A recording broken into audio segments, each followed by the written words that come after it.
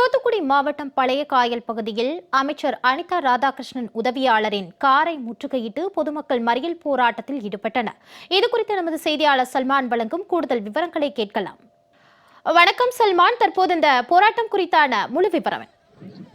தூத்துக்குடி மாவட்டத்தில் பெய்த கனமழையால் பழைய காயல், முக்காணி உள்ளிட்ட பல்வேறு பகுதிகளும் கடுமையாக பாதிக்கப்பட்டிருக்கிறது. இந்த நிலையில்தான் 6 நாட்கள் ஆகியும் அந்த பகுதிக்கு எந்த அதிகாரிகளும், அமைச்சர், எம்எல்ஏக்கள் யாரும் வருகை தராத நிலையில் அந்த பகுதி மக்களுக்கு தேவையான குடிநீர், உணவு உள்ளிட்டவைகள் கூட கிடைக்காமல் அவர்கள் சாலையிலேயே காத்திருக்கக்கூடிய ஒரு நிலை ஏற்பட்டுள்ளது. அந்த பழைய காயல் பகுதியில் உள்ள ஒரு 50க்கும் மேற்பட்ட வீடுகள் இடிந்த நிலையில் அந்த பகுதி முழுவதுமாக இன்று வரைக்குமாக முழுவதிலும் வெள்ள நீர் சூழ்ந்துள்ளதால் அந்த பகுதி மக்கள் சமைக்க கூட முடியாத ஒரு நிலைக்கு தள்ளப்பட்டுள்ளனர். இந்த நிலையில்தான் அந்த வழியாக செல்லக்கூடிய நிவாரணப் பொருட்கள் வேறு பகுதிகளுக்கு கொண்டு செல்லப்படுகிறது. தங்கள் பகுதிகளுக்கு முழுவதுமாக புறக்கணிக்கப்படுவதாக கூறி அமைச்சர் அனிதா ராதாகிருஷ்ணனுடைய உதவியாளர் வந்த காரை முற்றுகையிட்டு அந்த பகுதி மக்கள் போராட்டத்தில் ஈடுபட்டார்கள். அப்பொழுது அனிதா ராதாகிருஷ்ணனுடைய உதவியாளர் கீழே இறங்க மறுத்த நிலையிலும் கூட கீழே இறங்கி உள்ளே வந்து பார்க்குமாறு கூறி அவரை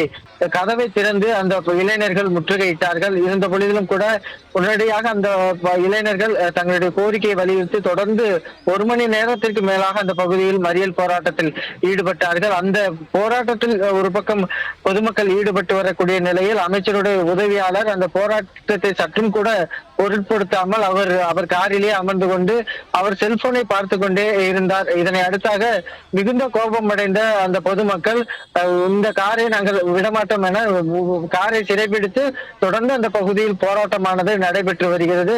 இருந்த பொழுதிலும் ஒரு அமைச்சருடைய உதவியாளர் அமைச்சர் அந்த பகுதியில் இல்லாத ஒரு சூழலில் தான் அந்த பகுதியில் வந்திருக்கிறார். அப்பொழுது அந்த பகுதியுடைய மக்களிடையே கேட்டு அவரிடம் நேரடியாக கூறலாம். ஆனால் இது போன்ற ஒரு போராட்டத்தில் ஈடுபடக்கூடிய மக்களை இழிவுபடுத்தும் விதமாக காரியுடைய கண்ணாடியை மூடிக்கொண்டு செல்போனை பார்த்து கொண்டு இந்த சம்பவம் என்பது மிகப்பெரிய ஒரு அதிர்ச்சியை ஏற்படுத்தியுள்ளது. தொடர்ந்து அந்த மக்களிடையே பெரிய கொதிப்பை ஏற்படுத்தி அந்த பகுதி போராட்ட களமாக மாறி இருக்கிறது. இதனால் அந்த பகுதி முழுவதிலும் கடுமையான போக்குவரத்து நெரிசல் ஏற்பட்டுள்ளது. பழைய காயல் மட்டுமல்லாமல் முக்காணி உள்ளிட்ட பல்வேறு பகுதிகளிலும் நிவாரண பொருட்கள் முறையாக வழங்கவில்லை, குடிநீர் முறையாக வழங்கவில்லை என கூறி அந்த பகுதி முழுவதிலும் போராட்ட களமாக மாறி இருக்கிறது.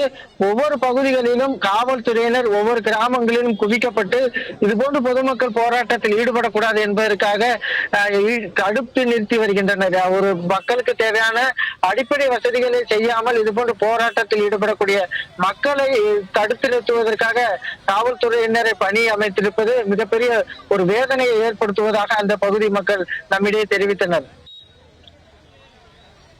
சல்மான், இந்த மறியல் போராட்டம் குறித்தான தங்களது முழு விவரங்களுக்கு நன்றி.